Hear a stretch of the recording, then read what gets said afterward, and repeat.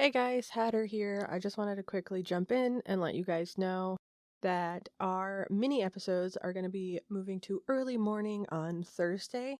So you're not going to lose any episodes. We're just slightly shifting the time to make a better balance between things.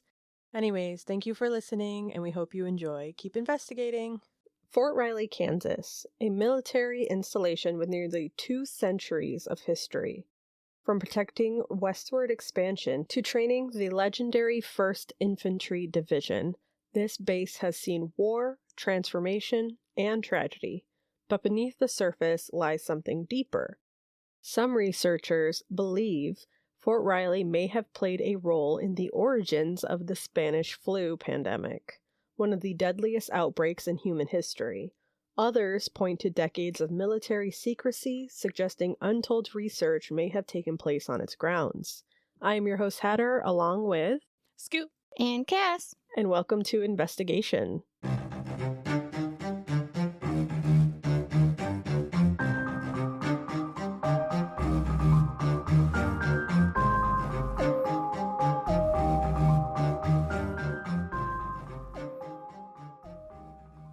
All right, what do you got for us today? Yeah, so I'm talking about Fort Riley today, which is obviously in Kansas. It is a little bit of more like wartime, dark history-esque. I said that weird, but you get my point. But there is like some conspiracies at the end. So, Ooh. yes. In the early 1850s, the United States was expanding westward at a relentless pace. Thousands of settlers were traveling across the country along major routes like the Santa Fe Trail, the Oregon Trail, and the California Trail. These trails were lifelines, used by traders, pioneers, soldiers, and just like dreamers chasing an opportunity. But travelers also had to face harsh weather, disease, bandits, and increasing conflict with the Native American tribes that were defending their land. To protect these routes, the U.S. Army began building a chain of forts across the frontier, and in 1852 to 1853, one of the most important fort was built in a strategic location. It was at the junction of Smoky Hill River and the Republican River, and using this location allowed for control over the river crossings, protection of major travel routes, and access to water and natural resources. Originally, the post was called Camp Center because surveyors believed that it was near the geographic center of the United States at the time. On June 27, 1853, the camp was renamed to Fort Riley, named after Bennett C. Riley, a respected military leader who had escorted early expeditions along the Santa Fe Trail. Bennett C. Riley was born in 1787, and he joined the U.S. Army at a young age, spending more than 4 decades in service. Riley didn't build his reputation through like one defining battle. He actually built it through consistency and basically just being where the Army needed him when they needed him. Riley spent much of his career in what was then considered the frontier, navigating the harsh terrain, and one of his most important roles involved escorting travelers along the Santa Fe Trail, the same kind of work Fort Riley would later be built for. He also served during the Mexican-American War, where he gained a name for himself by being a leader even under pressure. He was reliable given the difficult conditions and overall just had a commanding presence. But one of the more interesting and lesser-known facts about him is that he served as the last military governor of California before it became a U.S. state, which is kind of cool. In 1849, during the chaos of the gold rush, California had no formal civilian government, and Riley stepped in to help establish order, organizing a constitutional convention which eventually helped to lead California to becoming a state in 1850. When Fort Riley was established in 1853, it was named in his honor, not because he was the most famous officer at the time, but because he represented the goal, which was stability on the frontier. During the 1850s in Kansas, like I've spoken about before, it was one of the most violent years in American history, this period becoming known as Bleeding Kansas, which I briefly mentioned in a past episode. In 1854, the United States passed the Kansas-Nebraska Act. It introduced a concept called popular sovereignty, the idea that the settlers in the territory could decide for themselves whether slavery would be legal. Almost immediately, two opposing forces flooded into the territory. Pro-slave... fucking beatboxing over here. Pro-slavery settlers, many crossing over from Missouri, often called border ruffians, I guess was the nickname kind of given to them, and the anti-slavery settlers, supported by abolitionist groups from the North. They each wanted control over Kansas because having control would determine its future. And it was anything but peaceful as the two sides fought. Homes were burned. With the Potawatomi massacre, men were even pulled from their beds in the middle of the night and killed by abolitionists. During the sacking of Lawrence, pro-slavery forces descended on the anti-slavery town of Lawrence, where they destroyed the printing presses, which in turn silenced the voices. They looted homes, burned buildings. So in retaliation, abolitionist John Brown led a night raid where 5 pro-slavery men were taken from their homes and killed. The event shocked the nation and escalated the violence beyond control. After that, it shifted from being two sides fighting for control to just scattered violence all over. There were ambushes set up on roads, raids on settlement, armed militias forming overnight, like it was getting bad. Now, there are about 60 deaths directly linked to this violence, as in being documented. It is suspected that more than 200 people were killed during this time. 2 rival governments formed in the territory, each claiming legitimacy, and the violence was followed by the national media, which only intensified the division across the country. The events of Bleeding Kansas would later directly contribute to the outbreak of the American Civil War. Fort Riley itself stood just outside of the worst of the violence, and soldiers stationed there were tasked with maintaining order, protecting travelers, and trying to keep some form of peace between the factions. And at the time, they were trying to prevent a full-scale civil war. At times, soldiers acted almost like law enforcement in a lawless land. And while Fort Riley wasn't the site of the most famous battles of Bleeding Kansas, it did play a critical, stabilizing role in a region that was spiraling toward chaos. So when the American Civil War did break out, Fort Riley shifted from frontier defense to wartime support, and most of the regular army troops stationed at the fort were sent east to fight. But the fort didn't go quiet. Instead, it became a staging ground for militia units, a protection hub for supply lines, and a detention site for Confederate prisoners. Fort Riley briefly held Confederate prisoners captured during campaigns in the Southwest, and in 1862, over 100 Confederate soldiers were held there. Now, Fort Riley has seen a lot because it's been around a long time. During World War II, Fort Riley became something more than a training ground. Many people don't realize that during World War II, the United States held over 400,000 prisoners of war within its borders. German and Italian soldiers captured overseas were transported across the Atlantic, including to Fort Riley. Places like Fort Riley already had the infrastructure, like barracks, security, military oversight, and as camps in Europe became overcrowded, they were brought to the U.S. Under the rules of the Geneva Convention, prisoners were fed the same rations as U.S. soldiers, received medical care, and could send and receive mail. And POWs could be put to work as long as they were paid and the assignments were not war-related or dangerous. This meant that POW labor was available for agriculture-related work either on a farm or in the processing of foods. And by 1944, there was a labor shortage in American agriculture because so many farmhands had gone off to war. Kansas alone had contributed 195,000 draftees and enlistees to the armed forces, so many of the POWs in Fort Riley were put to work in the fields. One of the least talked about realities of POW camps during this time wasn't violence between Americans and prisoners, it was violence between prisoners and themselves. With German POW populations, there was often divisions. Loyal Nazis, soldiers who had lost faith in the regime, and simply prisoners who just cooperated with U.S. authorities. Across multiple U.S. camps, including those in the Midwest, there were documented cases where prisoners who were suspected of being disloyal were threatened, often isolated, and in some cases killed by fellow prisoners. When this would happen, many of the incidents were downplayed, barely reported, or even written off as classified to try and maintain order. There are accounts mirrored across the U.S. POW camps of prisoners who were found unresponsive in barracks, with no immediate explanation.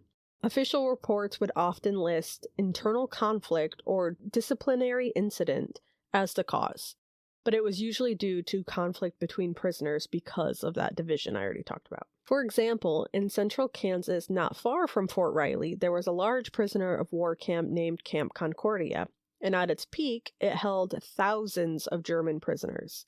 And the same division was taking place. In 1943, a German prisoner named Felix Mohr became a target. He was suspected of being disloyal and speaking against the Nazi regime, and so one night inside the barracks with no guards present, other prisoners confronted him. Mohr was attacked, and the incident was fast, but he was beaten and strangled to death. Oh. Yeah. But it wasn't all bad. The US POW program during World War II is often considered one of the most structured and humane systems of the time. Many former POWs later spoke positively about their treatment in the US, and some even returned to America after the war as civilians. Most camps were often dismantled or repurposed after the war, leaving little visible trace, but not Fort Riley. After the Civil War ended, the frontier didn't suddenly become peaceful. In fact, conflict intensified. The U.S. government still continued to push further west, expanding railroads, settling on more Native American land, which caused the tensions between Americans and Native Americans to grow into a full-scale conflict. One of the most important chapters in Fort Riley's history involves the 9th and 10th Cavalry Regiment. Regiment? I said No, it's regiment. Regiment, okay. I just said regiment because I combined regime and regiment. Okay, that's why I thought you were trying to say regime at first. I was like, you're like, that's not right. Not quite right. The 9th and 10th Cavalry. Oh my god. I did it right the first time. The 9th and 10th Cavalry. Cavalry. You can do it. You can do it. The 9th and 10th Cavalry. Cavalry. The 9th and 10th Cavalry Regiment. These were African American regiments formed after the Civil War. They were trained at Fort Riley and passed through to go to the ever-expanding frontier. This was just the beginning for Fort Riley. By the late 1800s, Fort Riley had evolved into the center of cavalry training for the United States. In 1887, Fort Riley established the School of Cavalry and Light Artillery. Here, soldiers were trained on horsemanship, combat tactics, and battlefield coordination, which turned Fort Riley into a prestigious military education hub, and it stayed that way for decades. Some of the most famous names in American history passed through Fort Riley, including George Armstrong Custer, Buffalo Bill Cody, Wild Bill Hickok, and George S. Patton. But Fort Riley's story doesn't stop with horses and the frontier, because the world itself evolves and war would no longer need to be fought on horseback. But it would be fought with machines, tanks, and airplanes. As the age of cavalry was ending, and war changed, Fort Riley changed with it. But what if war no longer involves machines even? What if war involves something invisible? As we approach 1917 and the United States entered World War I, Fort Riley expanded rapidly. A massive training facility was built just east of the main post, Camp Funston. At its peak, Camp Funston held over 50,000 soldiers, all of them eating together, living in close quarters, and breathing the same air. In March of 1918, a young Army cook was reported to the infirmary. He had a fever, body aches, and fatigue, which at first kind of seemed like a common cold. It was spring, and a lot of times, seasons change, people get sick. So at first, it didn't seem like much, but within days, hundreds of soldiers were sick, then thousands. And what started at Camp Funston didn't stay there. As troops deployed overseas, they carried the illness with them, to Europe, to the trenches, to the world. And soon the outbreak became what we now know as the Spanish flu pandemic. It would go on to infect an estimated 1/3 of the world's entire population, killing 50 million people or more. Ooh, holy So that crap. reminds me, have you guys heard about the cruise ship? The new... I honestly, I saw, I think it was a TikTok video that was it's some virus that starts with an H. Yes. Yeah. And I saw it was a cruise ship infected with whatever the name of the virus was. And I was like, I mentally cannot watch that right now. I can't do it. I can't. So it's a disease that typically you get it's transferred from rats to people. Think like the plague. Oh, nice. But now it's going. What they think is going from people to people. What? Makes sense because viruses evolve.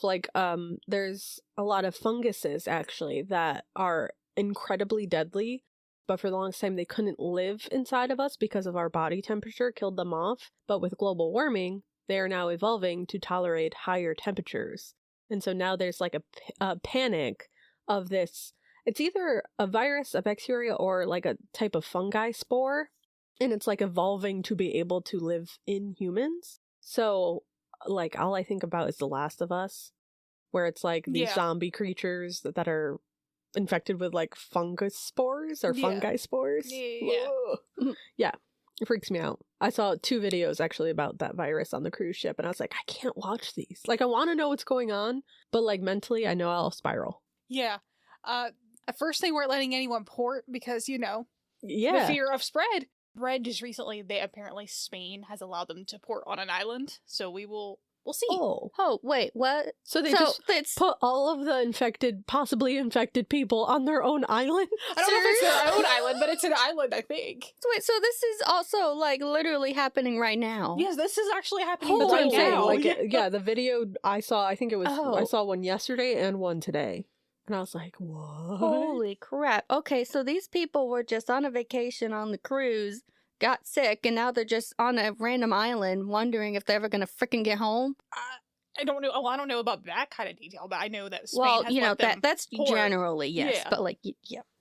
So, You I get the think gist. they'd probably more be panicked if they, less of panicked of getting off the island and more, am I gonna die because of this virus that's Well, on the yeah, cruise that's I was kind of- just on? Yeah, well, that was kind of included in my whole going home thing. I knew was what like, you am I going to meant. go home? Oh, and am I ever going to In get general. home? In general? Am I gonna live to Right. get home? Right. I don't know. We'll see, guys. Is it going to be COVID again? 2.0. Yeah. Well, even the COVID virus has been mutating. Yep. And still infecting people and things like that. Yeah, we're just not nearly as scared of it anymore. Yeah. Which actually, this, there's some compare and contrast that I thought about adding for the Spanish flu and COVID, just now that we brought it up. Yeah. To segue into it. Segue. But, the difference really, because COVID was so recent that it is kind of a good comparison for, present day people to understand really how bad the Spanish flu was. Mm-hmm. So, the Spanish flu had about 50 million deaths worldwide. And COVID has an estimated of over 7 million confirmed deaths worldwide. Real estimates, including including the unreported cases, are believed to be higher.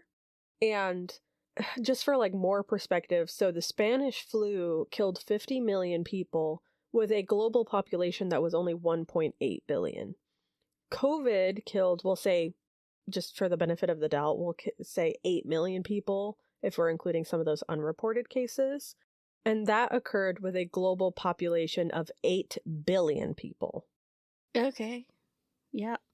Yeah. So COVID took less than 0.1% of the global population. The Spanish flu took 2.5 to 5% of the world's population. Wow. Yes. Dang. And I mean, too, this was during the Spanish flu, this was a time people didn't have the same protocols. Some places, I guess, did wear masks, but for the most part, it wasn't like anything that we put. And with COVID, we were able to act a lot faster because modern medicine was where it's at. Yeah. So, like, vaccines were developed really fast and things like that, where the Spanish flu, they didn't have any of that. Yeah, because I was going to say, like, with modern medicine, like, with it being evolved so much, they didn't have it back then. So the resources weren't nearly as abundant than it is now. Yeah.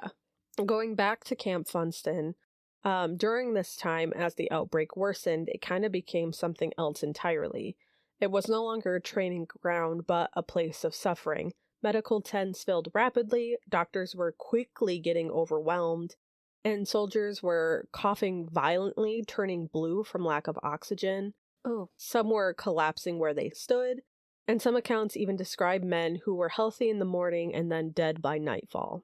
Oh, gosh. Yeah, one of the, I think, the most terrifying, or like, oh my god type of details about this outbreak is that people who would get the Spanish flu would sometimes turn a deep bluish purple color from oxygen deprivation, like their skin. And I'm just like, that's terrifying to think about. With deaths rising quickly, burials had to be handled fast. There are even unverified but widely believed accounts that some of the soldiers were buried in hastily prepared graves near the camp. Some of the records were incomplete or lost, so many think that they are still buried there. Now, I am going to move on, but we will circle back to the Spanish flu. I'm just going to finish up Fort Riley's history because it is important to understand how massive and important this base is to the military. During World War II, Riley roared back to life, and the fort expanded once again. It was used to train infantry units, cavalry transitioning to mechanized units, and tank operations. All said, thousands upon thousands of soldiers had passed through its gates. And once again, Fort Riley also held the German and Italian prisoners of war during World War II. As the United States entered the Vietnam War, Fort Riley was once again a major training hub, but this war was different, because the soldiers weren't just being trained physically, they were being prepared for guerrilla warfare, unpredictable environments, and psychological stress unlike previous wars that we've experienced. By the mid-20th century, Fort Riley had already seen more history than most places ever would. It's seen war, disease, expansion, death, but now it evolved into representing a symbol. In the years following World War II, Fort Riley became the permanent home of one of the most legendary divisions in U.S. military history, the 1st Infantry Division, simply known as the Big Red One. Okay, yeah. Now, also, the 1 is not like O-N-E, it's literally the number 1. It's a big red number 1. Okay. The Big Red One carries a motto that kind of summarizes them up, and it is, quote, "first to fight." And it quite literally is not a phrase. This division was the first among U.S. divisions deployed to Europe in World War I, among the first to land in North Africa during World War II, one of the first divisions onto Omaha Beach on D-Day. And that matters because Omaha Beach was one of the most heavily defended landing zones, and many didn't even make it off of the beach. So their name represents the first to arrive and the first to engage, and often, usually, the first to take casualties. So it's a symbol of responsibility. The Big Red One has served in nearly every major conflict involving the United States. It was in World War I, World War II, Vietnam, Iraq, Afghanistan. It was from trench warfare to modern combat zones. The division has adapted, but its identity has not changed. And Fort Riley isn't just where the Big Red One is stationed, it's where the division is shaped. The 1st Infantry Division was established in 1917, so it is the oldest continuously serving division in the U.S. Army. And at Fort Riley, the Red One is everywhere. It's like on their walls. It's just like their symbol is everywhere. It's a big, what's the word for like this? I know our motion doesn't mean anything to you guys. It means nothing to us. It's like a trophy for them almost. Mm-hmm.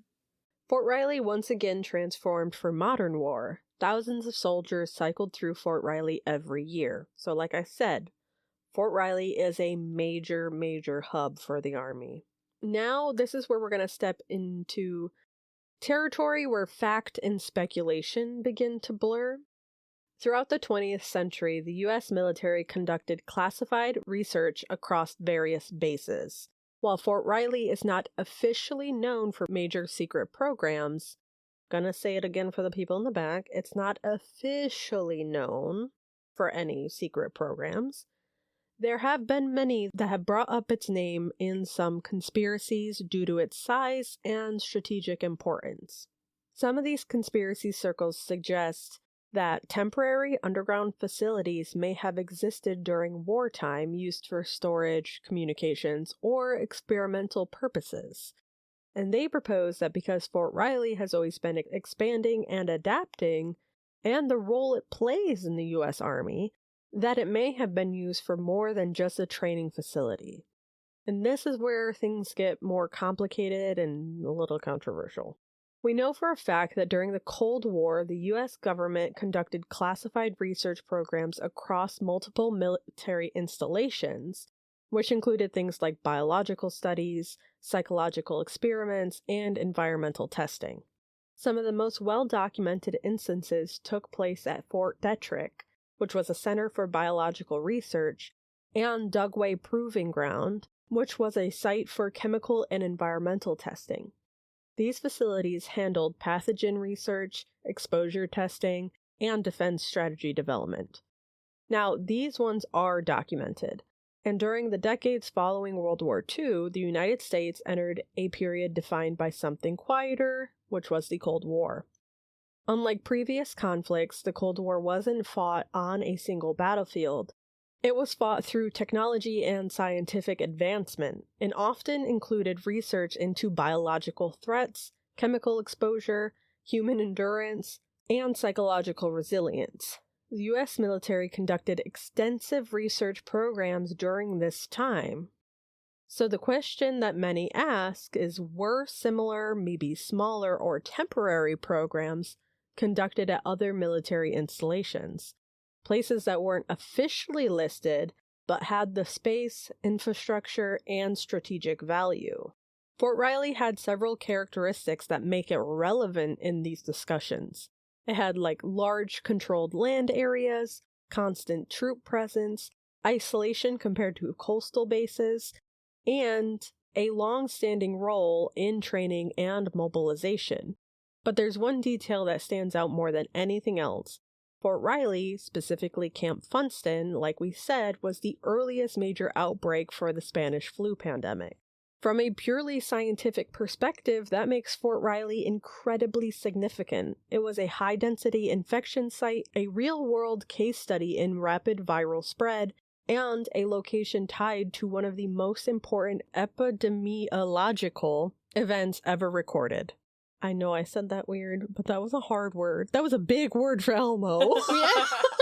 It's a big word for Elmo. That was a big word for Elmo. The exact definition is... Definition? Now this word's got me all fucked up. The exact definition is the data-driven study of how often diseases occur in different groups, why they occur, and how to control them within populations. Oh. So it's the study of diseases, basically. Nice. Yeah. Makes sense. This is where speculation begins. Some researchers and theorists have suggested that locations tied to major biological events may have been studied more closely in later decades, but most likely not publicly. So, therefore suggesting that Fort Riley may still be of interest for disease monitoring and epidemiological, that word again!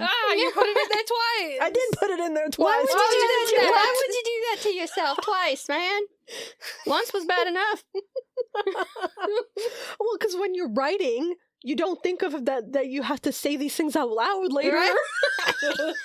Oh, Jesus Christ. Cheese and crackers. Or epidemiological tracking. You had to do the motions! I did have to do the motions, but I got it! Yeah! Good job.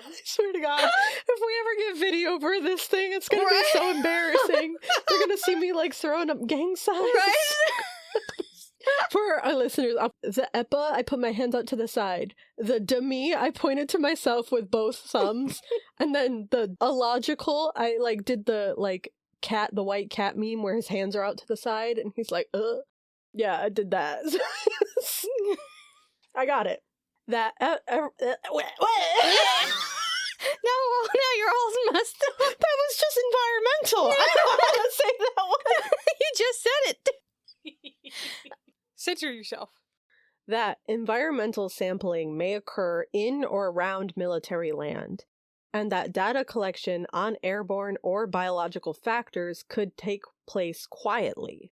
Fort Riley's history makes it a valuable reference point in long-term studies. Now, if Fort Riley were used in any limited or temporary capacity, it may have involved environmental monitoring, disease pattern analysis, troop exposure studies, and training simulations involving biological scenarios.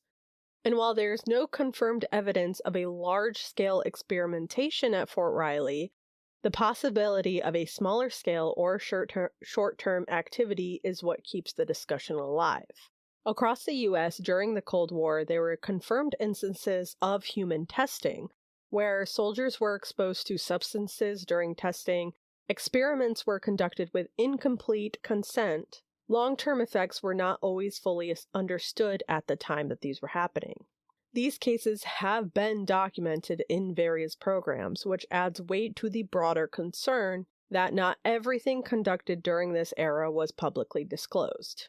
Some fringe but persistent theories suggest that Fort Riley may have been used, even if briefly, for disease tracking experiments, exposure response studies, or environmental resilience testing, and within that, some believe that patterns observed during the Spanish flu pandemic may have influenced later military research, meaning the tragedy at Camp Funston may have been studied and analyzed, possibly even replicated in controlled ways elsewhere. The military does study disease and environmental health broadly, which is why this theory continues to circulate.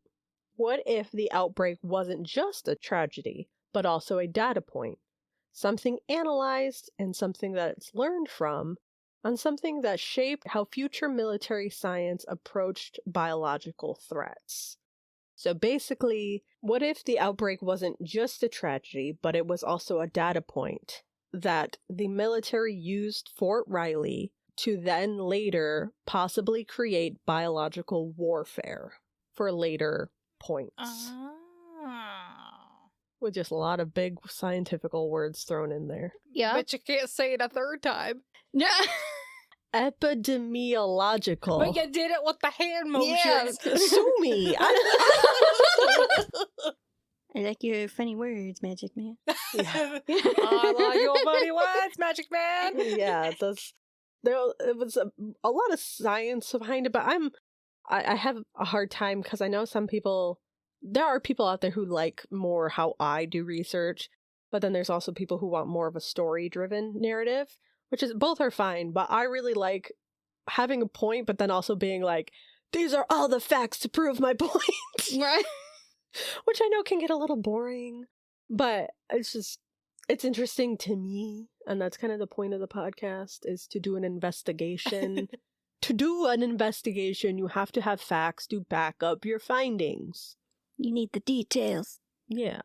A lot of big words, but basically just a conspiracy theory thinking that Fort Riley is being used by the military to create biological warfare.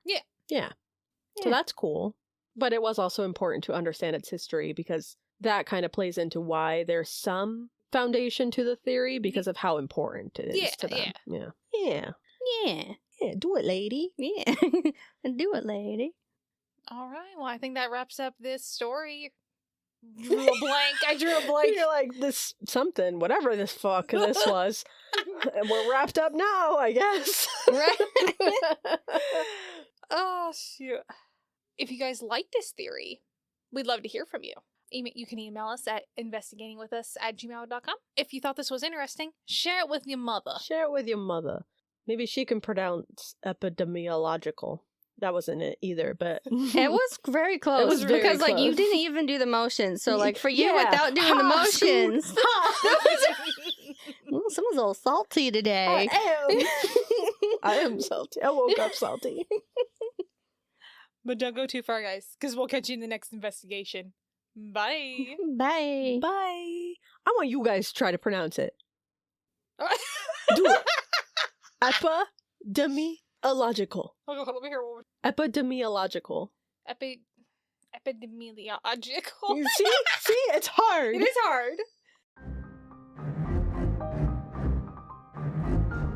Some Reacher.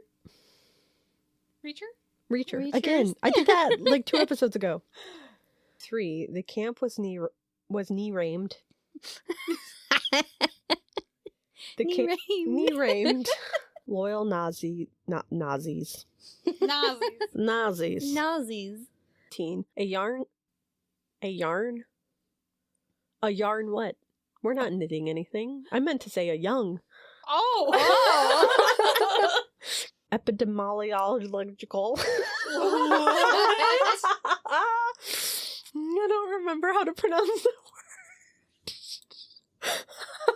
word. Epidemiological.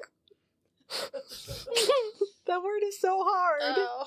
One of the most important epidemiological. Why is this word? Why is this word? Why is word? Why? Epidemiological.